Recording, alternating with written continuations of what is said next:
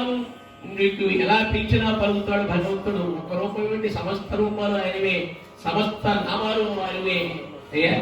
అందుకే కల్లి కల్లి కల్లి అంటూ ఆ మంత్రాన్నే ఉచ్చరించండి వెళ్ళమంది అమ్మవారి ఆలయానికి. ఆ కటిక రాత్రి వెళ్ళిపోతున్నాడు, ఓ కల్లి ఓ కల్లి ఓ కల్లి ఓ కల్లి ఓ కల్లి ఓ కల్లి ఓ కల్లి అంటూ. ఇలాంటి అర్ధరాత్రి సమయం ఆలయంలో ఆయన కోసం ఎదురు చూస్తున్నది అన్నట్టుగా ద్వారబంధాలు విడిపోయి ఉన్నాయి. సినిమాలో చూపించినట్టు ఆయన బయట లోపల ఎడవేసుకొని ఇవన్నీ కాదు, లోపలికి ప్రవేశించాడు. అక్కడ ఒక చిన్న చిరుదీపం వెలిగించాడు. ఆ మసక వెలుతుల్లో దాదాపు 9 అడుగుల ఎత్తుకున్నటువంటి అమ్మవారి దివ్యమైనటువంటి రూపం కనిపించింది. అష్టభుజాలు కలిగి ఉన్నటువంటిది భద్రకాళి, విపార్చి ఉన్నది నేత్రాలు. ఆ నేత్రాల్లో తన కళ్ళు ఉంచి అలా చూస్తున్నాడు తదేక దీక్షతో. అమ్మ రూపాన్ని చూస్తూ అలాగే కూర్చున్నాడు. తెలియకుండానే పద్మాసనాస్థితులయ్యాడు. కళ్ళలో కళ్ళు ఉంచి అలాగే చూస్తూ కల్లి మంత్ర జపం చేస్తున్నాడు. ఓం కల్లి ఓం కల్లి ఓం కల్లి ఓం కల్లి ఓం కల్లి. దెబ్బ వాల్చడం లేదండి. జపం చేస్తే అర్ధనిమీలిత నేత్రమో లేకపోతే పూర్తిగా మూసుకునో జపం చేస్తారు, కానీ కళ్ళు తెరిచి చేసే జపం ఇది. ఇది ఎవరు చేశారంటే ఇటీవల రమణ మహర్షి కూడా ఇలాగే చేశారని వారి జీవిత చరిత్రలో ఉంటుంది. రమణ మహర్షి జీవిత చరిత్ర చదివితే ఇది నేను కాదని చెప్తున్నది. పాల్ బ్రంటన్ అని ఒక క్రిస్టియన్ ఫాదర్ ఇండియాకి వచ్చారు. ఆయన రహస్య భారతంలో నా అన్వేషణ అని ఒక తెలుగులో వచ్చిన పుస్తకం ఇంగ్లీష్ లో కొన్ని లక్షల కోట్ల కాపీలు అమ్ముడుపోయినాయి. ఆయన ఆసేతు హిమాచల పర్యంతం, కన్యాకుమారి దగ్గర నుంచి కాశ్మీర్ వరకు హిమాచల ప్రాంతాల్లో కూడా తిరిగి చిత్రమైనటువంటి కనికట్టు విద్యలు చేసేవాడి దగ్గర నుంచి చనిపోయిన జీవాలను బ్రతికించినటువంటి యోగుల గురించి కూడా ఆయన తన పుస్తకంలో రాశాడు. ఇంత అద్భుతమైన భారతదేశం ప్రపంచానికి గురువు అని చాటాడు మహానుభావుడు. అందుకే మేరా భారత్ మహాన్ అనుకుంటున్నాం. భారతదేశం మన దేశమైనందుకు, మనం భారతీయ అయినందుకు మనం గర్వపడేటటువంటి సందర్భం ఇది. అంతటి విశేషం. అందుకనే కళ్ళలో కళ్ళు పెట్టి అలాగే చూస్తూ కళ్ళు రెండు ధారాపాతంగా కారిపోతున్నా రెప్ప వాల్చకుండా అమ్మవారి కళ్ళల్లో కళ్ళు ఉంచి చూస్తూ మంత్ర జపం చేస్తూ అంతరాత్మైన వేదన చెందుతున్నాయి. మార్పు మనసులో నుంచి రావాలని పయనించి రాదు. వేషం మార్చితోనో ఇంకేమేమో మార్చితేమో రాదు. మార్పు లోపల రావాలి. అక్కడ వచ్చింది ఆయనకి. ఇలా వేడుకుంటున్నాడు, మాతా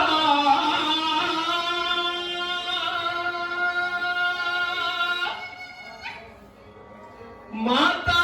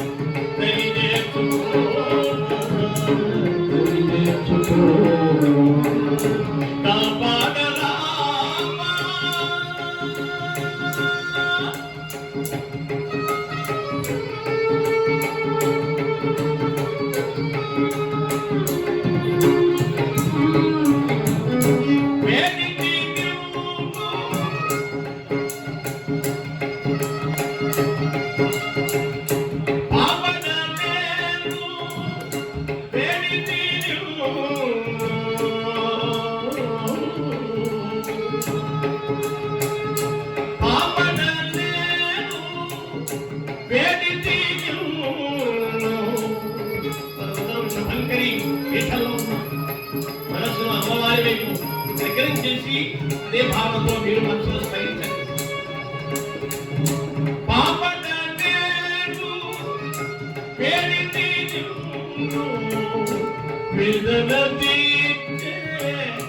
విద్యల కొరకుమా కాపాడరావా.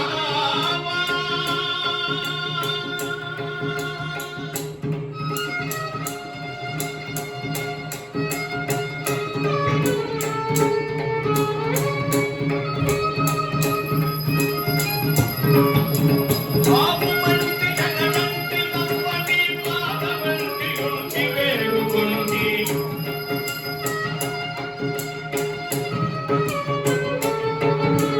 నీవు కాక దిక్కెవ్వరే మాత నిఖిలేశ్వరి రాజరాజేశ్వరి గౌరీ కాపాడరావా.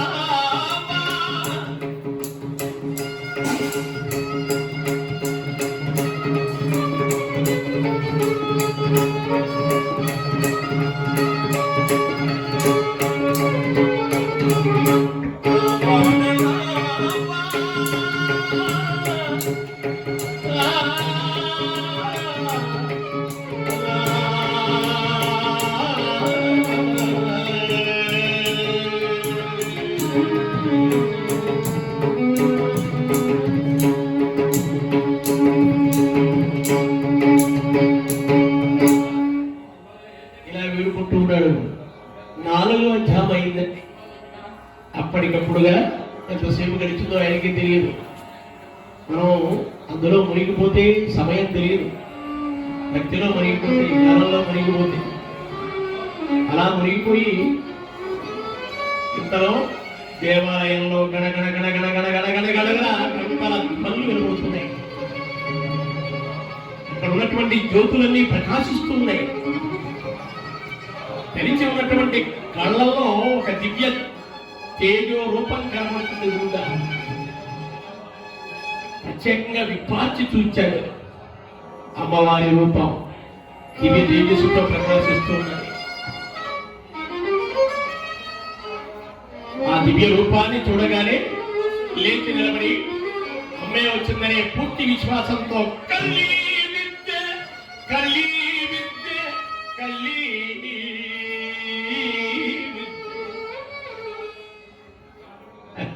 విద్యలా అన్నది. ఇద్దరు తల్లి 4 చాచరా అన్నదట. తల్లి పిల్లాడికి 4 ముద్దలు తినిపించే కథ తల్లిలా తెలియకుండానే 4 చాచాడు. అతని దిగ్వాక్యము పైన 4 చివర్ల ఆవిడ చూపుడు వేలుతో, ఏ చూపుడు వేలుతో సకల చరాచర జగత్తును శాసించగలదో, ఏ చూపుడు వేలుతో త్రిమూర్తులను శాసించగలదో, ఏ చూపుడు వేలుతో సకల శాస్త్రాలు కూడా ఇవ్వగలదో, ఏ చూపుడు వేలుతో సకల శక్తులను ప్రసాదించగలదో, ఆ చూపుడు వేలుతో అతని దిగ్వాక్యము పైన అకార ఉకార మకారయుతమైన ఓంకార బీజాక్షరాన్ని ఎప్పుడైతే ఆమె ఆ వేలు తాకిందో అతనికి స్పర్శ కోల్పోయాడు. ఎంతో శక్తి ప్రవేశించినట్టుగా అనిపించింది. వేలు తీయగానే తప్పుల కింద పడిపోయినట. గిలగిలా విలవిలా విలవిలా విలవిలా తన్నుకున్నాడు. కొన్ని క్షణాలకి స్థిమితపడ్డాడు. కారు మబ్బులు తొలగినటువంటి పూర్ణ చంద్రులా కనిపిస్తున్నది ముఖం. ప్రశాంతంగా లేచాడు. అమ్మను చూచాడు. సాష్టాంగ దండ ప్రణామం ఆచరించాడు. మనసా శిరసా వజసా మనసా దృష్ట్వా తదా పదాభ్యాం కరాభ్యాం కర్ణాభ్యాం ప్రణామోస్థాంగ రుచ్యతే మాత. అప్పటి వరకు అమ్మానడం చేత కానివాడు. ఆయన నోట గంగా ప్రవాహంలాగా ఆ సంస్కృత భాష పరవళ్ళు తొక్కుతూ వస్తున్నది. చూడండి.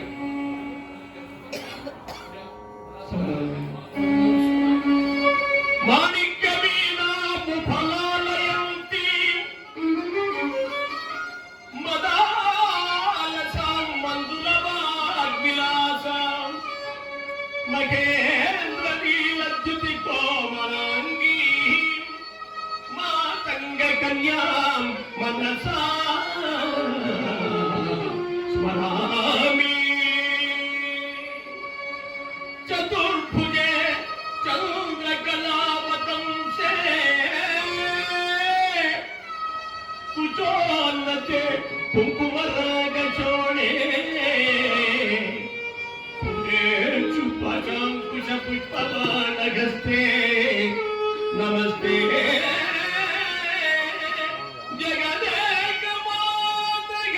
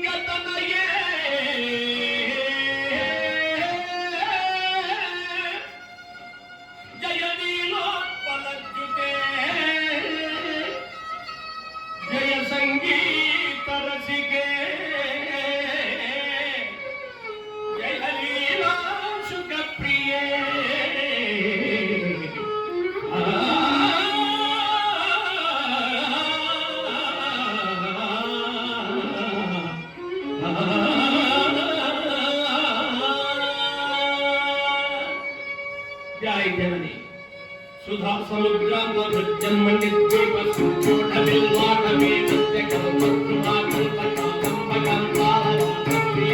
దివాస ప్రియే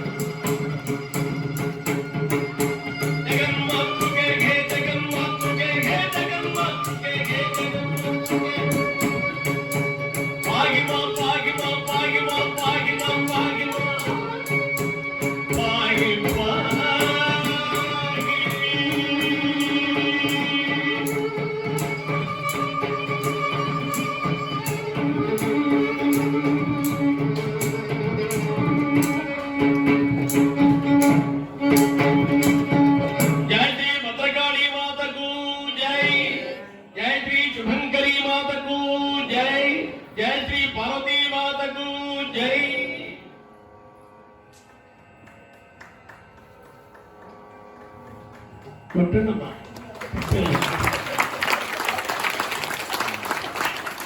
ఎందుకంటే మనమంతా టీవీ బద్దులం.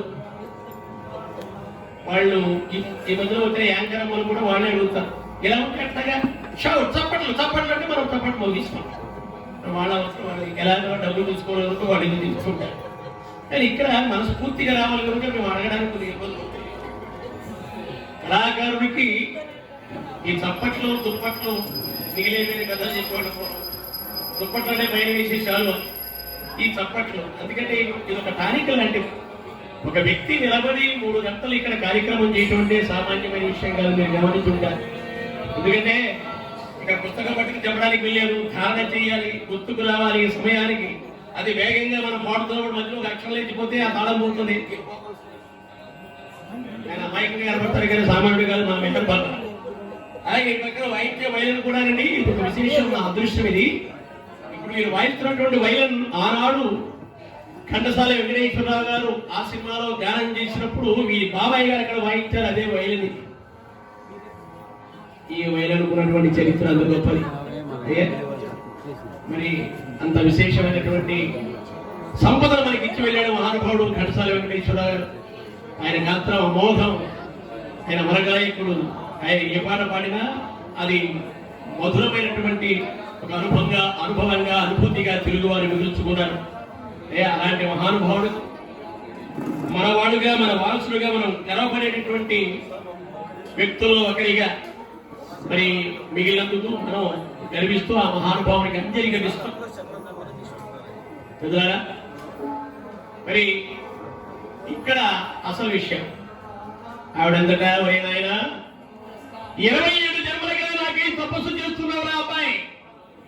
ఇది రహస్యం. ఇది 28వ జన్మ. ఈ జన్మలో నీ కోరిక నేను నెరవేర్చుతాను. కాళిదాస్ అనే పేరుతో జగత్ ప్రసిద్ధి పొందుతావు అని ఆశీర్వదించి అర్థానమయ్యింది. ఊళ్ళో గెలగానే పీచే వచ్చేస్తుందని అది సందర్భంలో ఉండదు.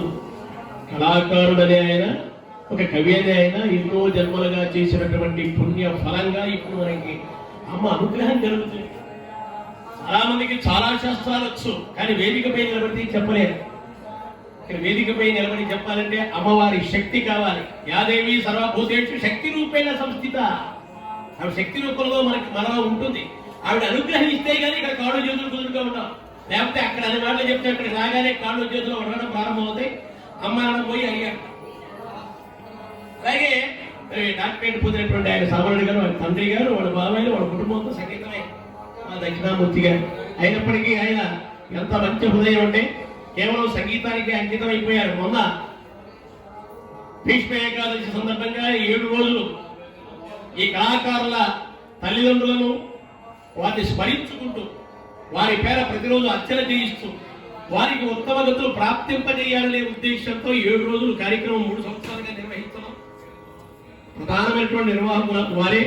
కాకపోతే మధ్యలో మేము కూడా నిలబడి మా అన్నగారు ఇక్కడ బుర్రావారు అలాగే నేను ఇంకా మిగిలినటువంటి కళాకారులందరినీ సమీకరించుకొని అద్భుతంగా నిర్వహించారు. కేవలం ఆయన వాయించడమే కాదు, ఇలాంటి కార్యక్రమాలు కూడా విజయవాడలో కేరా పట్రస్ గా నిలిచినటువంటి మా దక్షిణామూర్తి గారు అలాగే యువ కృష్ణరావు మా మెహర్ గారు వారికి ధన్యవాదాలు తెలియజేస్తూ మీ అందరికీ అమ్మవారి అనుగ్రహం కలగాలని కోరుకుంటూ, కాళిదాసు గారు వెళ్ళేటప్పుడు కాళ్ళు, వచ్చేటప్పుడు కాళిదాసు, అది చిత్రం.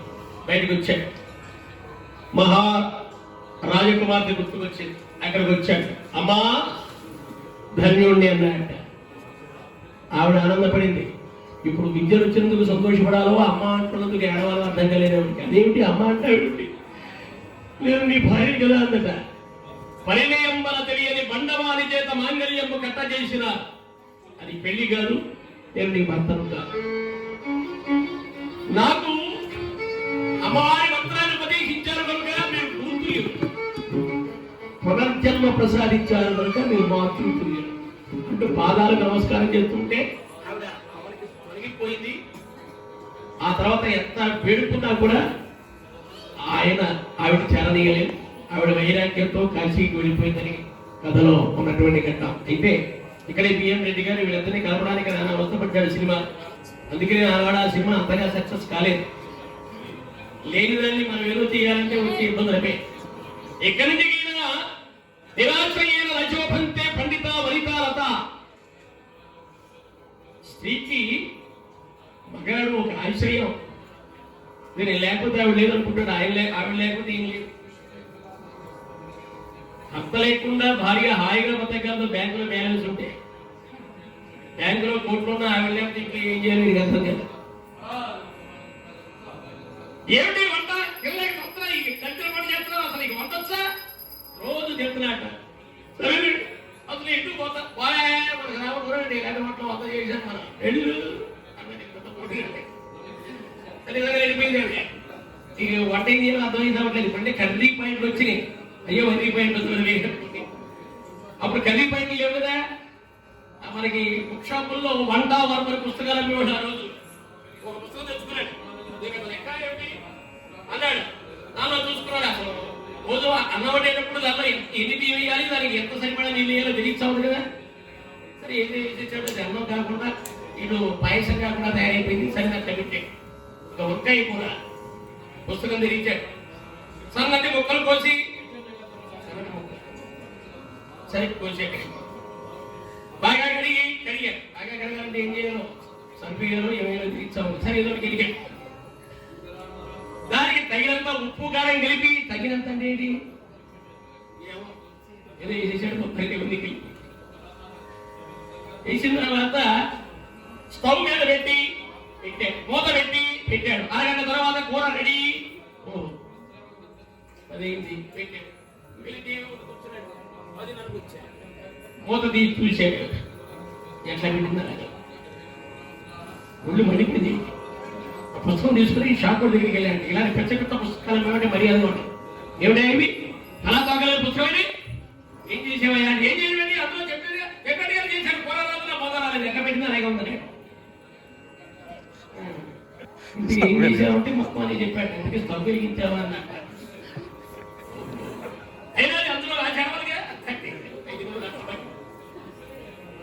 అంత సులువు కాదని ఆవిడ వెళ్ళిపోయింది. ఈయన నానారాజు సందర్శనం చేసుకుంటూ మధ్యలో కాశీకి వెళ్ళే కాశీలో పరమశివుని ఇలా వేడుకుంటున్నాడు.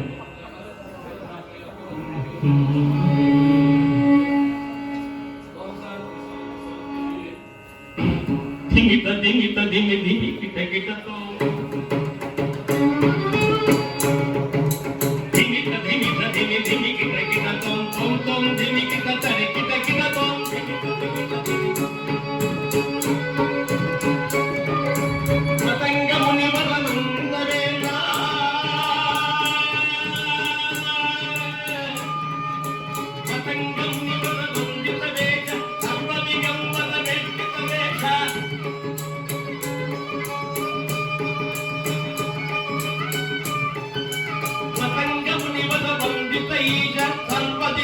పరమేష్ఠితమేష నిత్యం ఈచ సతీచ సర్వేశ శంభో శివ శంభో స్వయంభో శంభో శివ శంభో స్వయంభో.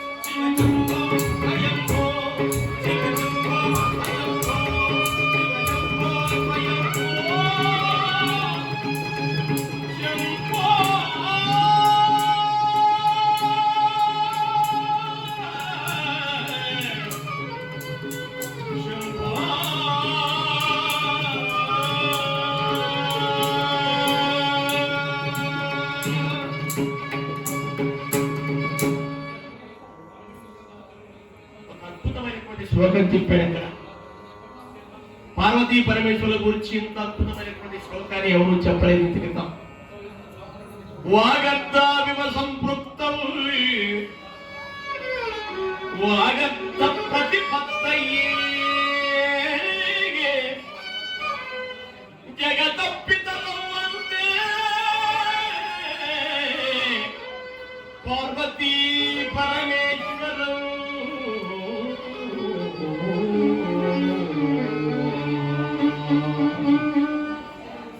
వాక్కు అర్థంలా కలిసిపోయిన ఓ పార్వతీ పరమేశ్వరులారా. వాక్కు పరమశివుడైతే అర్థం పరమేశ్వరుడు. అంటే వాక్కు లేకుండా అర్థం లేదుగా. అర్థం లేని వాక్కు వ్యర్థం కదా. అంటే అయ్యవారు లేకుండా అమ్మవారు లేరు, అమ్మవారు లేకుండా అయ్యవారు లేరు. అందుకే అర్ధనారీశ్వర తత్వం అని. అర్ధనారీశ్వర రూపాన్ని కళ్ళ ముందు కదలాడేటట్టు చేసినటువంటి మహానుభావుడు కాళిదాసు. అక్కడి నుంచి భోజరాజు గారి దగ్గరికి వెళ్ళా. అక్కడ పరీక్షాధికారులు చేసే గమ్మత్తులు విన్నారు. యాచకో యాచక విరోధి. ఒక అనుకునేవాడికి ఇంకోటి ఇబ్బంది. వాడు నానేవాడి ఇక్కడికి ఏం మావి పోతున్నాయండి ఇది నాది అంటే వీడి ఇక్కడ రావడానికి వెళ్ళేది అనమాట. అలాగే ఈ కవి ఇంకో కవి వస్తే నష్టపోతారని ఈ కవులు ఎవరిని రానివ్వట్లేదు భోజరాజు గారి ఆస్థానంలోకి. ఆ పరీక్షాధికారులు ఇలా ఉరిడి కొట్టించారు. ఈయన ఒక గమ్మత్తైన శ్లోకం చెప్పి అద్దివత్ భగవచ్చైవ చల్లవత్ గల కుక్కువత్ రజతే భోజతే కీర్తికి పున సన్యాసి దంతవత్తి.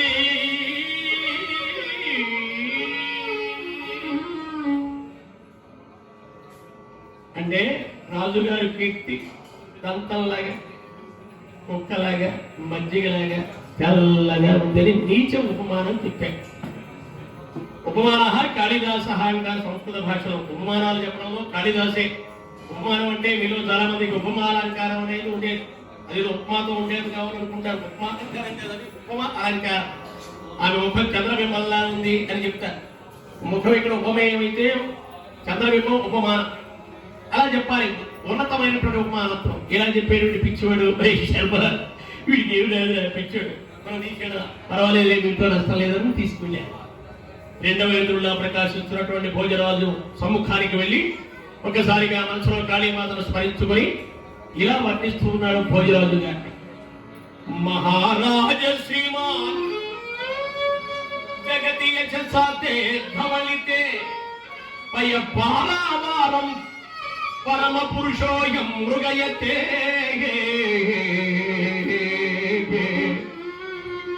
కపర్దే కైలాసం కరివరమ భౌమం కులిశభృత్ కళానాథం రాఘు కమల భవనో హంసమధునా.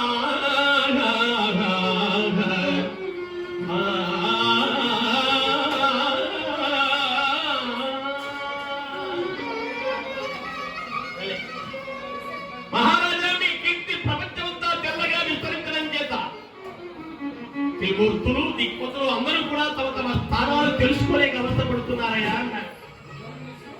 అనురాగ భావము వినంతని భోగి మానసము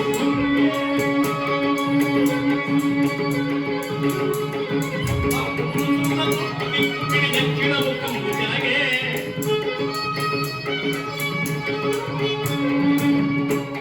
ఇలా తూర్పుగా కూర్చున్న వాడికి అంతా ముఖం. నేను చెప్పిన శ్లోకం నచ్చలేదా, అర్థం కాలేదా అని మనం ఆ శ్లోకం మొదలుపెట్టాం. నీరే క్షీరే గృహీత్వా నిఖిల ఖగద వీర్యాది నాళీక జన్మాతక్రం కృత్వాత్ సర్వానతది జననిధి చక్రపాణే ముకుందః సర్వానుత్తుంగ శైలాందహతి పశుపతికి కాళనేత్రేణ పశ్యన్ వ్యాప్త త్వత్కీర్తికాంత విజగతి నృపతే భోజరాజ క్షితీంద్రగా.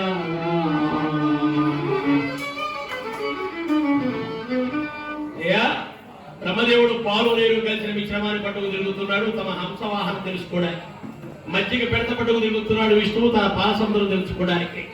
ఎత్తుగా ఏది కనిపించినా చిత్రాగ్నితో కాల్చి వేస్తున్నాడు తన మంచు కూడా తెలుసుకోవడానికి పరమశివుడు. ఇలా త్రిమూర్తులకు కష్టం తెచ్చిపెట్టిందయా మీ కీర్తి అంటూ మరొక అద్భుతమైనటువంటి కాల్పనిక శ్లోకం చెప్పాడు. ఇంకో పక్క తిరిగా విద్వద్రాజ శిఖామణే తులయితం దాతాత్వదేయం యజగాః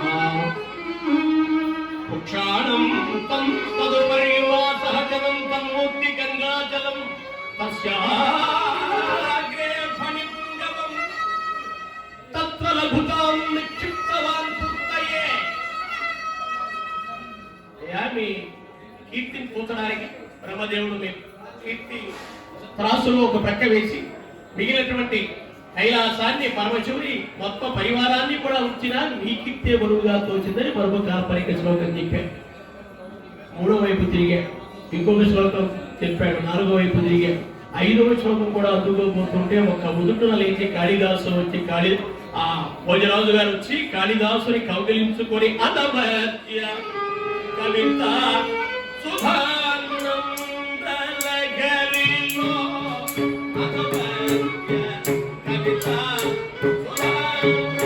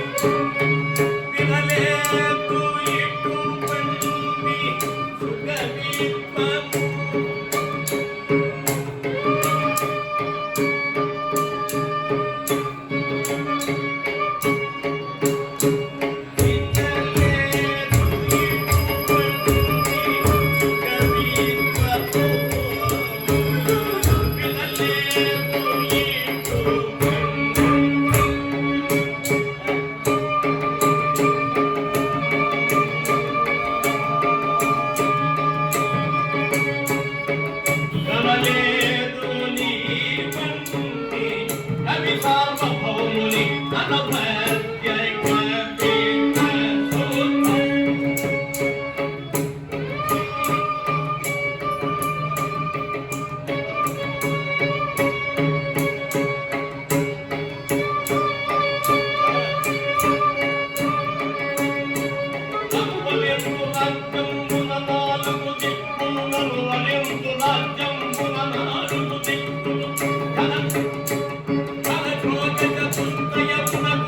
అడుదండని అదమర్త్య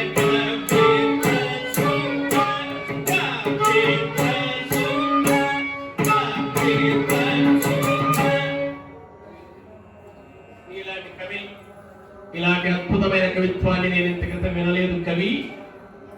నీ 4 శ్లోకాలకు నా రాజ్యంలో 4 దిక్కులు కూడా దానం చేశాను. ఇంకొక శ్లోకం చెప్తే నేను రుణగ్రస్తుడు అవుతాను. ఈ రాజ్యం నీది, ఈ సింహాసనం నీది, రండి ఏడుకోండి అన్నాడు భోజనాన్ని. అందుకే చరిత్రలో మిగిలిపోయాడు. చరిత్రలో మిగలాలంటే దాతృత్వం ఉండాలి. దానం చేయగల ఉదాహరణ తీయగ శక్తి లేని చోరైనా ఒక చోర తెచ్చి ఇవ్వు. దానం చేయాలనుకునే వాడికి మనసులో ఇవ్వాలని కోరుకుంటే వాడికి లేకపోయినా పక్కన అడిగి మరి తీసుకొచ్చిస్తాయి. మేగుడంపుదికి పోయి తెచ్చి ఇయ్యదేవాల వాంఛిత మింపెసలార భాస్కర అని ఒక శతకంలో పద్యం ఉంది. మేపుడు ఏ విధంగా సముద్రానికి వెళ్ళి మంచినీళ్ళు తీసుకొచ్చి సకల ప్రాణులకు ఇస్తాడు. దాత అలా గొప్పవాడు. అలాంటి దాత భోజనాలు. కాళిదాసు గారు అన్నట్టే, అయ్యా సంతోషం, గంటం చేబోని కవిత్వం చెప్పగలనే గాని ఖడ్గము చేబోని రాజ్య పరిపాలన చేయగలనా? అది నా వల్ల కాదు. కనుక అది మీరే చేయాలి. ఈ రాజ్యం మళ్ళీ మీకే ఇస్తున్నారని తిరిగి ఆయనకే దానం చేశాడు. నాటి నుండి ఆ స్థానంలో ఒక ప్రముఖమైన కవిక, రాజుగారికి అన్యోన్యమైనటువంటి స్నేహితుడిగా ప్రమాణంగా కాలం గడుపుతూ అద్భుతాలు ఎన్నో చేశాడు కాళిదాసు గారు. ఇంకొక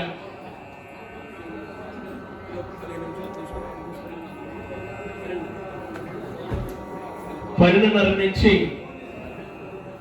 పెద్దలు పూజ్యులు బుర్ర పద్మనాభ శర్మ గారు సుందరకాండ చక్కటి కథ అండి, కథారాజం. రామాయణం చెప్పడంలో వారు సిద్ధాస్తులు కనుక ఆ కథను తర్వాత ఏర్పాటు చేశారు. 12:30కి అన్నగారు సంసిద్ధులై వస్తారు. ఆ తర్వాత కథ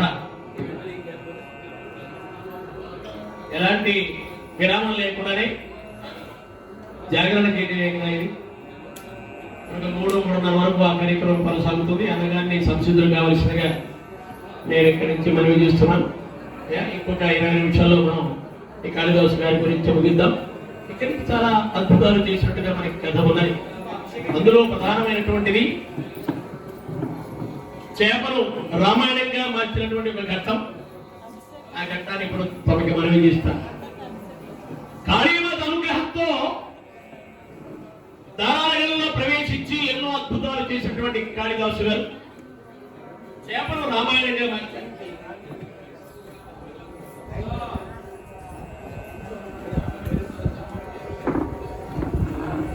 కళాభిమాని దైవభక్తులు మమ్మల్ని ఆశీర్వదిస్తూ ఒక 500 రూపాయలు 5 రూపాయలు కానుకగా సమర్పించారు. వారిని వారి కుటుంబాన్ని ఆ పరమశివుడు పార్వతీమాత ఆ జగన్మాత కాళికాదేవి శుభకరీదేవి ఆయురారోగ్య ఐశ్వర్య భోగభాగ్యములు ఇచ్చి రక్షించవలసిందిగా శ్రీకరణ శుద్ధిగా ప్రార్థన.